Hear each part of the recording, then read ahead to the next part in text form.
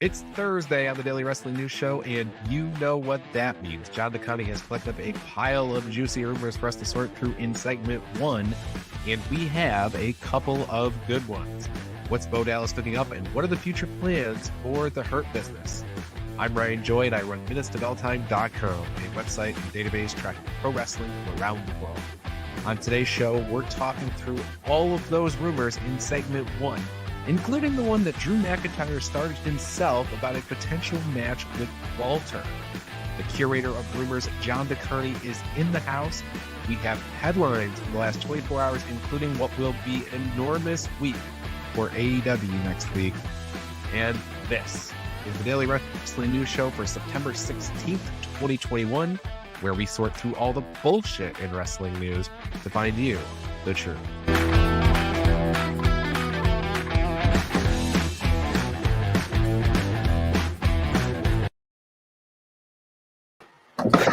Welcome to the show, John. Good morning, sir. How are you? Very good. It's funny. I don't know how many technical mistakes I can make in the first minute and a half of the show, but there were at least three right there. So.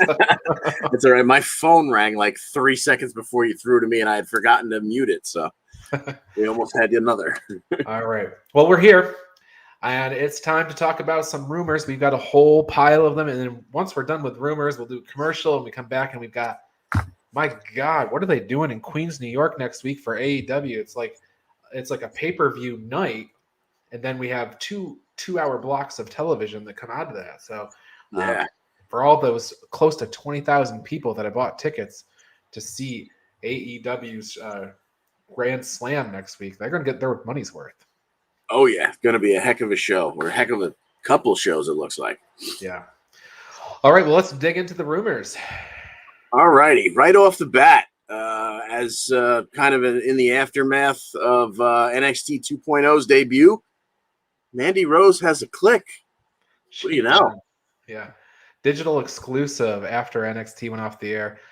They were referred to as Toxic Attraction. That's what they're getting known for. And one has to think that, you got a trio there. Two of them are going to peel off and go for the tag titles, and one of them you think must be eyeing up the big belt. But yeah, so no rumor there. They're Toxic Attraction, and I'm sure they're gunning down belts. So there you go. All right, these next two kind of roll together. So Big E's been, congratulations, Big E. A lot of cameras and microphones have been in his face since winning the world title. He's already got an idea for a feud for more than just himself going forward. And attached to that, after Big E won the title, MVP went on social media, posted a picture of himself with an old friend. There's even a rumor of possibly a new friend. What do you got?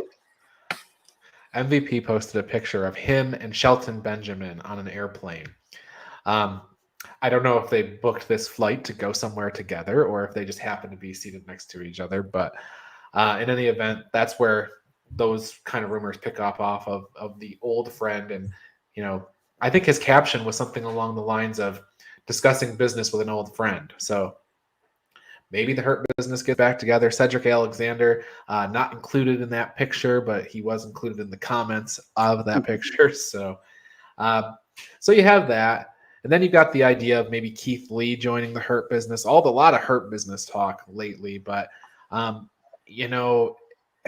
lot of I can't find a lot of confirmation on Keith Lee joining the Hurt Business, but it makes sense when I think about what we heard about Keith Lee last week. It's funny. Ringside News ran that story about Keith Lee joining, getting managed by Adam Cole. Like that was the idea for Adam Cole. And I said on the show last week that I thought that was nonsense. Well, after I said that, Dave Meltzer had confirmed what Ringside News had said. And since then, Adam Cole has said, well, it wasn't ever pitched to me. So who knows what the deal is there. But it kind of makes sense that WWE would go that route. But throw all that aside, if they think that Keith Lee needs a mouthpiece, MVP is exactly that. That's what he's there for Lashley.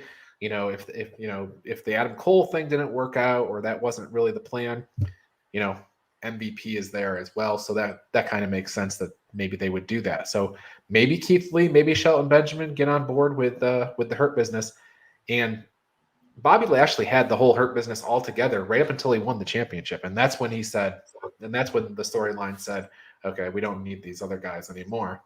Well, he doesn't have the championship anymore. So let's get the band back together so we can get the championship back and then we can turn on each other again. Yeah, exactly. But hey, I'm here for, if they bring Keith Lee in, it's all about the breakup later. So, right. That's fine. Yeah.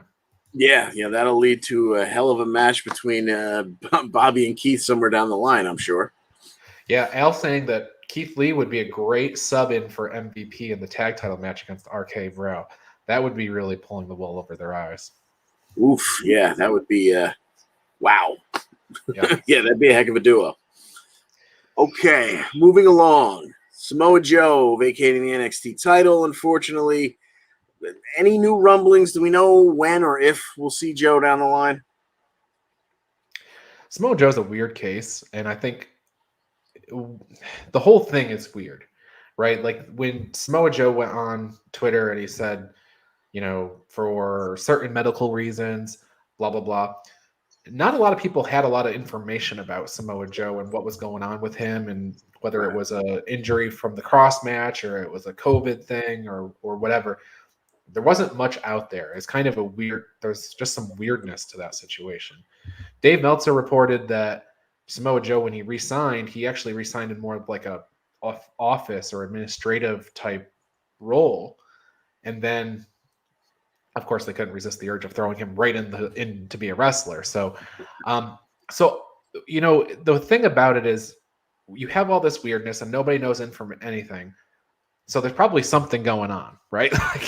like when nobody knows what's going on, somebody's probably hiding something, but we just don't know what it is.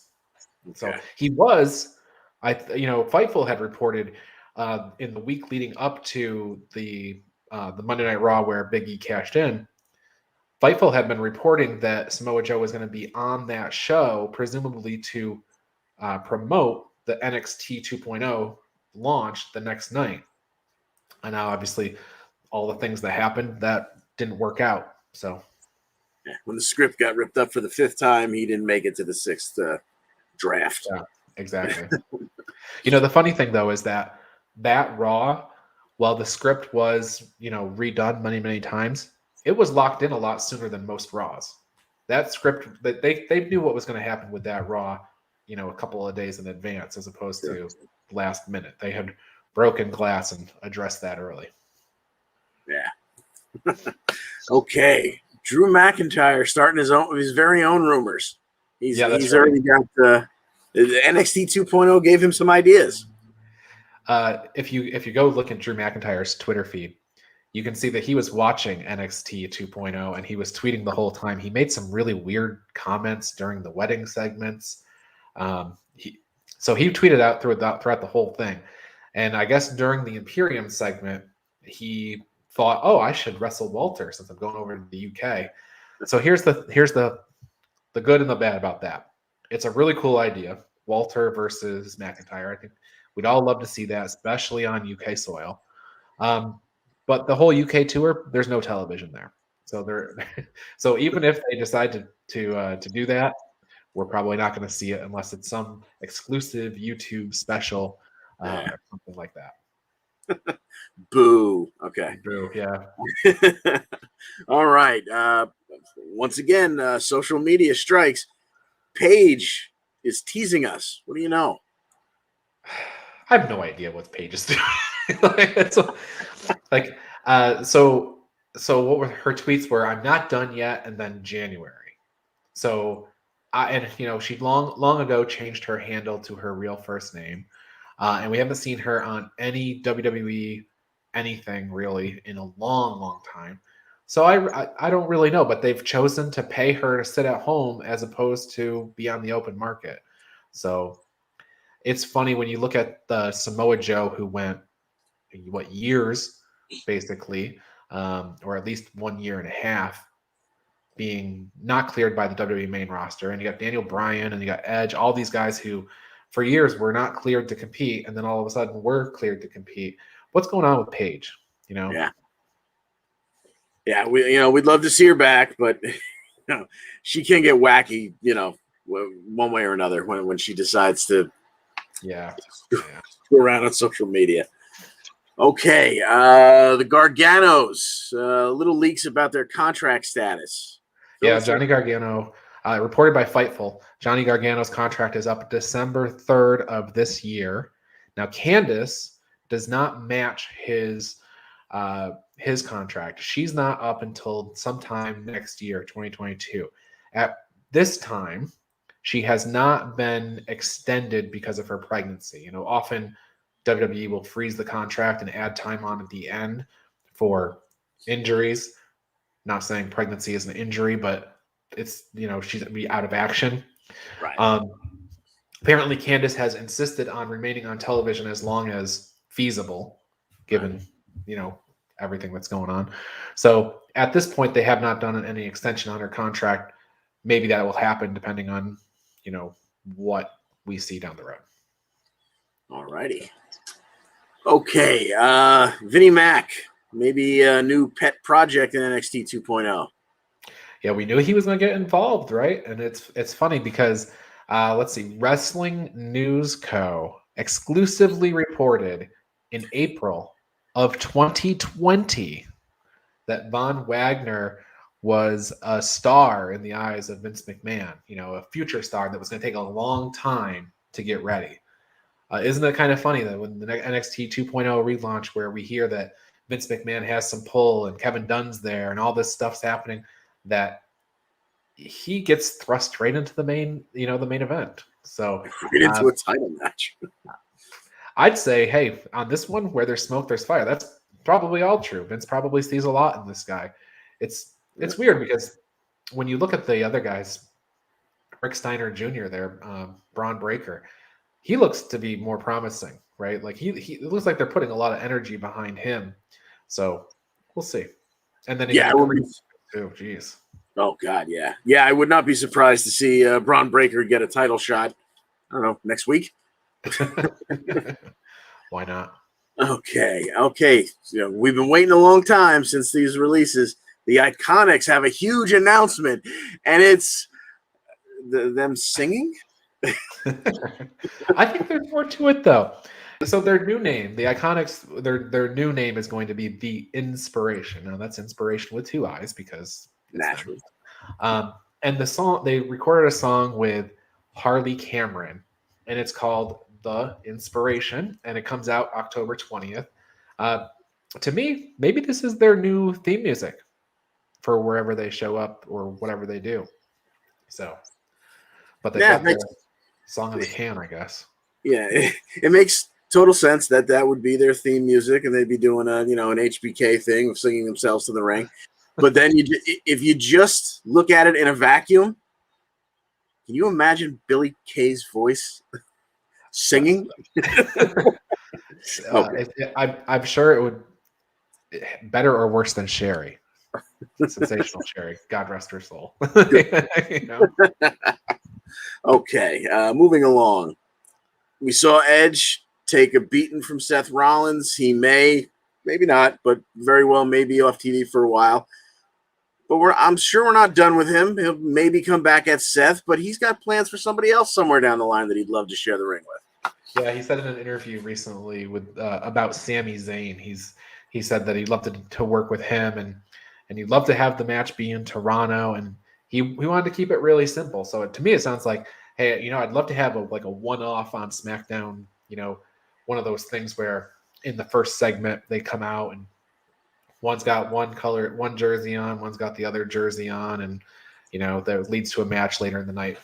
So that's kind of what I read into it. I think he wants to have at least a one match with Sami Zayn, really simple, pop the crowd.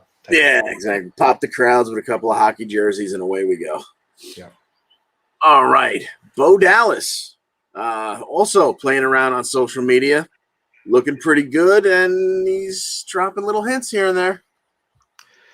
So what did he say exactly? He said something's cooking or something, right? Right. Like that. And he's got his little chef aprons on or whatever. So everybody looks at that and they're like, oh, he must be coming back really soon. And, that could be true. And maybe he's going to come back with Bray Wyatt and, at the end of September in Rochester. Here's maybe something else that just when I saw the picture, it triggered in my mind. The WWE Network, back when we had that, back pre-Peacock days, PP, they did a special, a short run. I think it was like 2 or 3 episodes of something called Kitchen Smackdown. And it was hosted by Bo Dallas, and it was a competitive cooking show. Oh, Jesus. So when I saw the picture of something, he's cooking something up, it makes me think that he has a passion for that kind of stuff.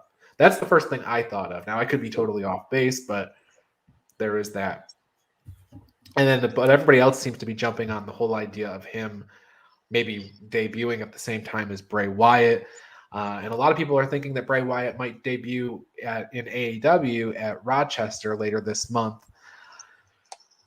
I think that'd be really cool given the Rochester connection with Brody Lee and the Bray Wyatt connection with Brody Lee. I am hedging any excitement over that because Brody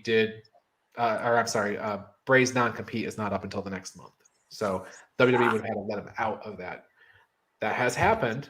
Andrade got let out of his 90 days. So maybe they would let Bray out as well, for this. So we'll see. All right. So to be continued. Al says the teams are called the Maple Leafs and the Canadians, although Edge is a Devils fan. Okay, fine. In the interview, he didn't even say that. He just said Toronto and Montreal. Yeah, right. They come out in those jerseys. Al's Sports, Al. NHL connection. Okay, Braun Strowman. Rumors are heating up there. Yeah. Dave Meltzer reported in the Wrestling Observer newsletter that Braun Strowman is in talks with Impact and nothing has been signed yet. I don't know. Maybe Scott D'Amore kind of indicated that too with his Braun for Glory comment. Nobody else has picked this up. I don't know if there's anything to it. With what Braun was asking for a single appearance, it doesn't really feel like it would be advantageous for Impact, but maybe. Braun Strowman in Impact would really make W. Morrissey look like a small guy, though. That's what I think of. So. Yeah, you would think maybe they'd put those two right in each other's face. Yeah. To at least put off for just a little bit Braun wreaking havoc on that entire company. Yeah. We'll see, though. I part of me is really interested to see what Braun can do outside of WWE. They scripted every promo he did. We saw at WrestleMania that he wasn't terribly good without a script. So I'd be interested to see what he does outside the WWE umbrella. Maybe we'll see him at Impact.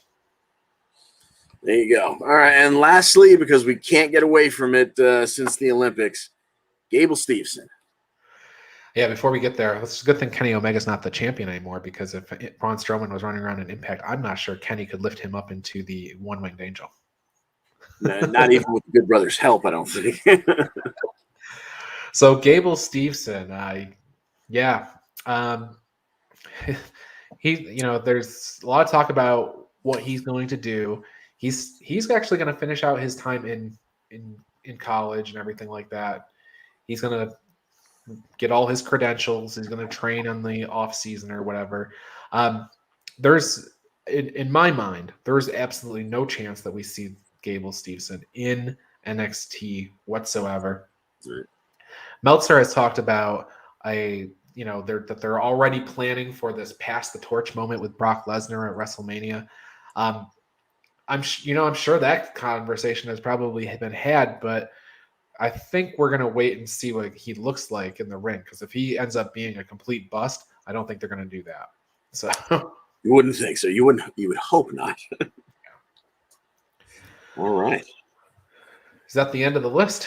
I think we have sorted. All right. Well, with that said, let's get into our commercial when we get back. We got all the stuff coming up for tonight and next week with AEW. So stick with us. Good. If you love the Daily Wrestling News Show, then I want to tell you how you can support us. First, check out bodyslamclothes.com. You can get a variety of shirts for just $20, and all of them come in the super soft style, and the price you see includes all sizes and shipping. Get 10% off 2 or more shirts with the promo code SHIRTS10. Go to bodyslamclothes.com right now to check it out. And join Joey Jarzenka, Ian Schreier, and Rob DeLuca on Monday nights for the Primetime Rundown. They take you through the world of sports, and the show kicks off each Monday at 7 p.m. on the Eastern Observer. And each Tuesday, Al Carl hosts the Essential Wrestling Podcast alongside John Smith, myself, John DeConnie, and Gary Mahaffey. It's another week of updates and highlights in the world of wrestling. Here are our analysis on who we think is going to win the week's matches. Coverage begins at 6 p.m. on the Eastern Observer. And Pro Wrestling Pick'em. It's a place where you can join or host a Pick'em League to test your predictive skills in the world of pro wrestling. Create an account and join a league now at ProWrestlingPick'em.com so you can play against your friends or play against the universe. And the Body Slam Brigade newsletter, currently going out to over 4,200 people each Friday. It consolidates all the top stories in professional wrestling into a quick-to-read email written by me for you for free. Sign up now at bodyslambrigade.com. And of course, this show, the Daily Wrestling News Show. We're here every day, Monday through Thursday, and occasionally on Friday. You can listen to us on Apple Podcasts and Spotify, or watch us live on Facebook and YouTube at 10 a.m. This is the Daily Wrestling News Show, and we thank you for your support.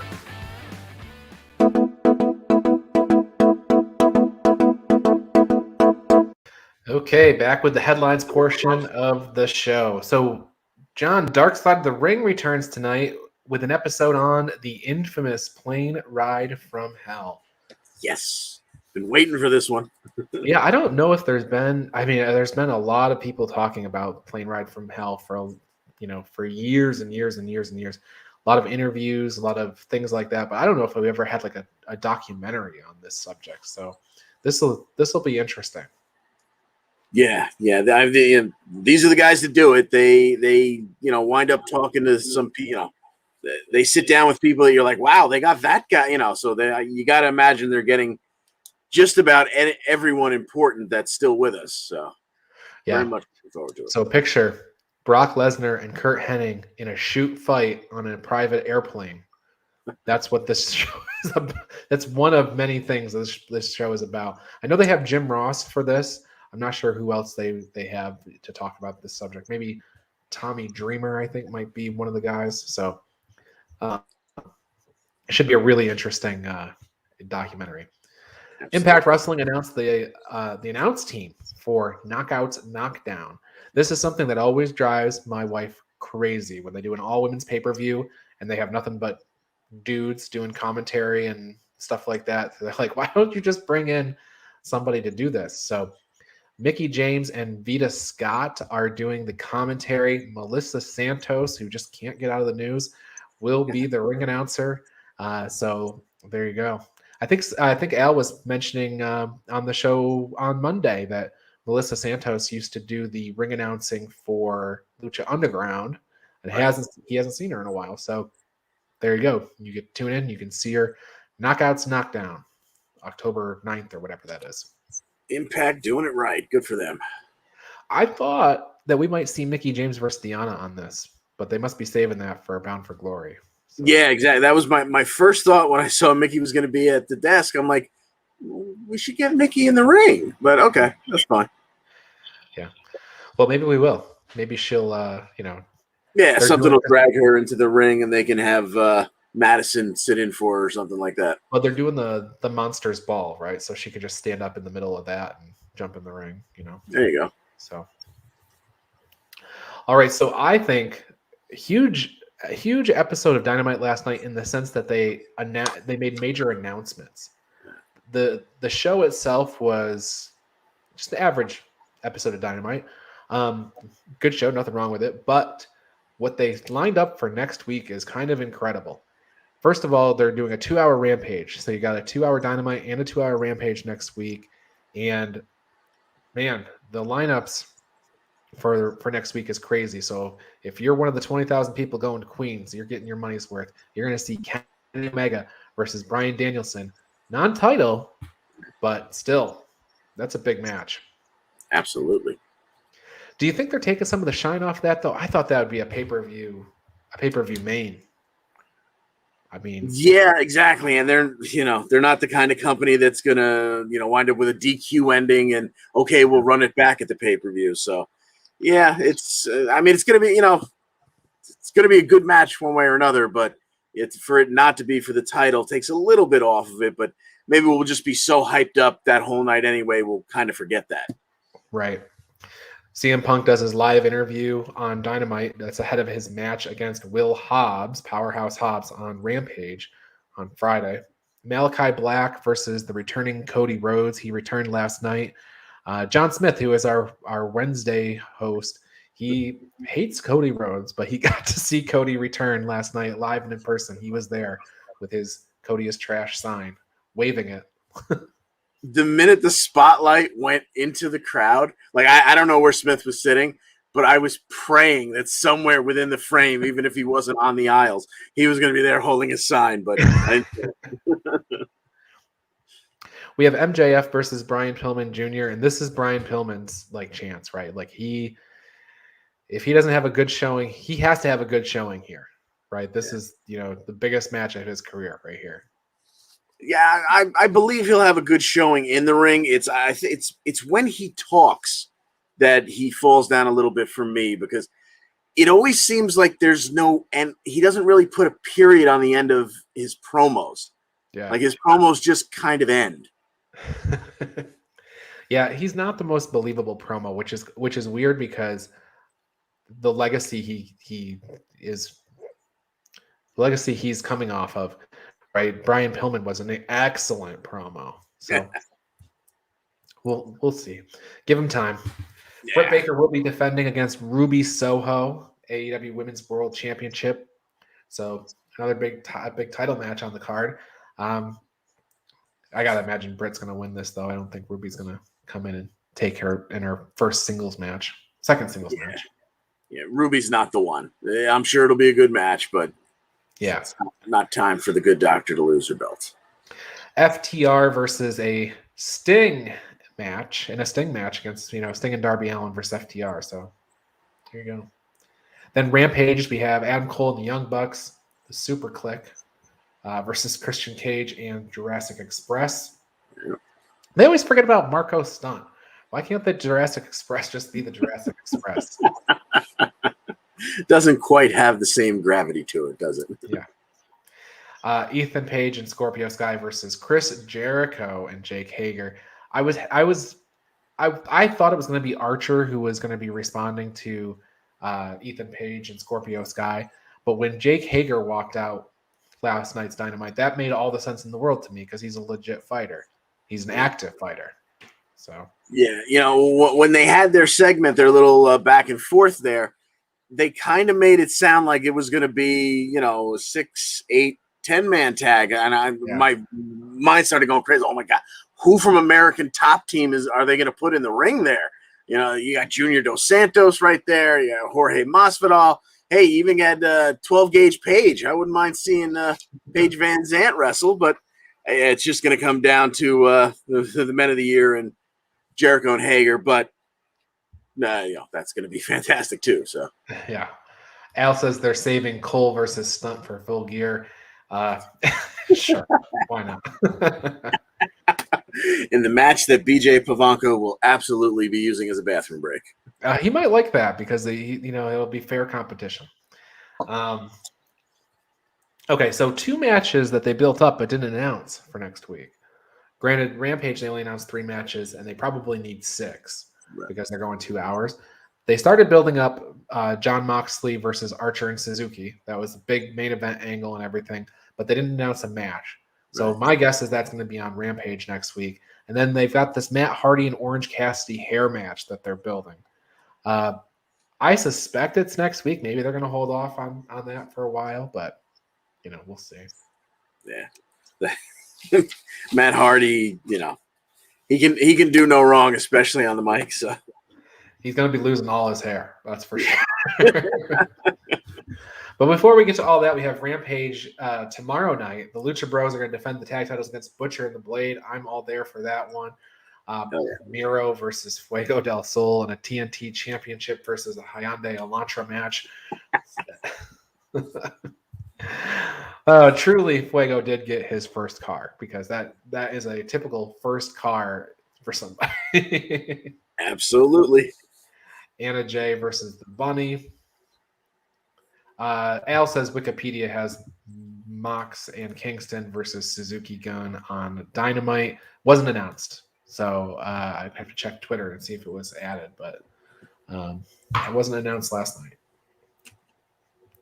Okay, tonight we have Dark Side of the Ring we talked about, but there's also Impact has a 10-man tag: Ace Austin, Madman Fulton, Brian Myers, Moose, W. Morrissey versus Christian Cage, Eddie Edwards, Sami Callihan, Josh Alexander, and Chris Sabin. That'll be the main event.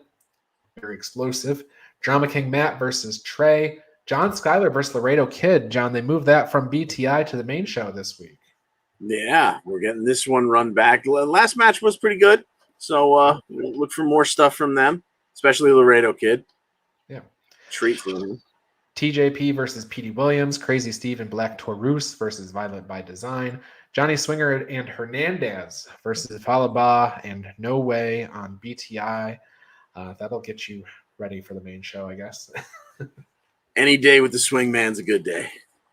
Victory Road this weekend. Ace Austin versus Christian Cage. Josh Alexander versus Chris Sabin. Decay versus Tasha Steeles and Savannah Evans. Moose and Morrissey versus Eddie and Sammy. Finjuice versus Hikuleo and Chris Bay. And probably 38 other matches that they'll announce tonight on Impact. Yeah, a lot's going to come out of this show, you would think.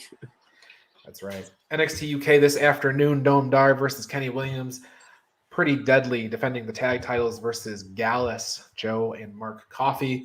So a lot of wrestling between now and the next time this show airs on Monday. Oh, and SmackDown's going to air too, but they don't feel like telling us anything that's going to happen there. No, they just come off the biggest show they've had all year at Madison Square Garden. Killer show, great show. We'll set you up with nothing for next week. There you go. We love you, WWE.